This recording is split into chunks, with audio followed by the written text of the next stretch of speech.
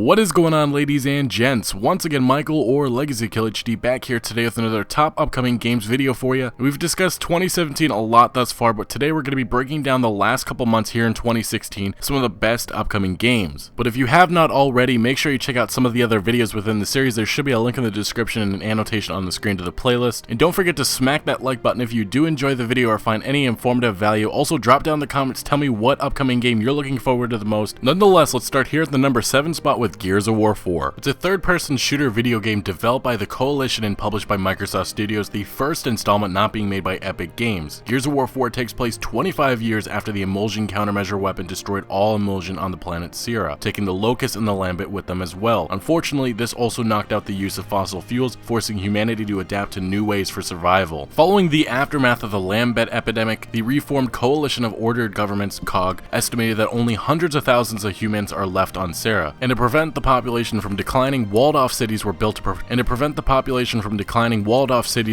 protect the citizens from the dangers outside. The game focuses on the son of Marcus Phoenix and Anya Stroud, JD Phoenix, and his battle with a new threat to humanity's survival. Now, as some of you may know, I've been very critical about this next Gears installment just because it's not coming from Epic Games, but as time has gone by and I've seen more gameplay and trailers of this upcoming game, I am looking forward to this. I'm looking forward to seeing what the Coalition can put together. Epic Games did an amazing job. I wasn't too crazy about Judgment Day, but seeing a new developer come in this time and seeing what they can do with this franchise will definitely be interesting, and I really am looking forward to seeing if this title does live up to the expectations that it has. And at the number 6 spot, we have Watch Dogs 2. It's an open-world action-adventure third-person shooter video game developed by Ubisoft Montreal. It's set within a fictionalized version of San Francisco. The game is played from a third-person perspective, and its world is navigated on foot or by vehicle. Players control Marcus Holloway, a hacker who works with the hacking group DedSec to take down the city's CETOS 2.0, an advanced surveillance system. This is another title I've been very critical about in the past, just because of the fact that we all know that Ubisoft is known for downgrading a lot of their games, so a lot of us are very cautious about buying some of these titles. But based on what we've seen from this title with trailers and gameplay, I'm impressed. I'm glad they went down the route of going with a new character instead of Aiden Pierce. I didn't think he was that interesting. I thought he was pretty bland in all honesty. So this new character, Marcus Holloway, seems to be quite different, which is going to be a lot of fun to explore and see what type of character he is. But again, so far what we've seen, it looks like it's going to be a lot of fun to explore San Francisco with our new character. Let's just hope that Ubisoft can deliver a fun experience and an overall good game. And at the number 5 spot, we have Battlefield 1. It's a first-person shooter video game being developed by EA DICE. The game is set in the period of World War I and is inspired by historical events. Players can make use of World War I weapons, including bolt-action rifles, automatic and semi-automatic rifles, artillery, flamethrowers, and mustard gas to kill opponents. Destructible environments and weapon customization, features present in the previous games, return in Battlefield 1 and will be more dynamic. The game's multiplayer is planned to support up to 64 players. Battlefield 1 multiplayer features 6 distinct classes: medic, pilot, tanker, assault, scout, and support. The one really big thing that I love about Battlefield 1 is that it's going into the past. It's not like a lot of these FPS games that are moving forward, making up futuristic,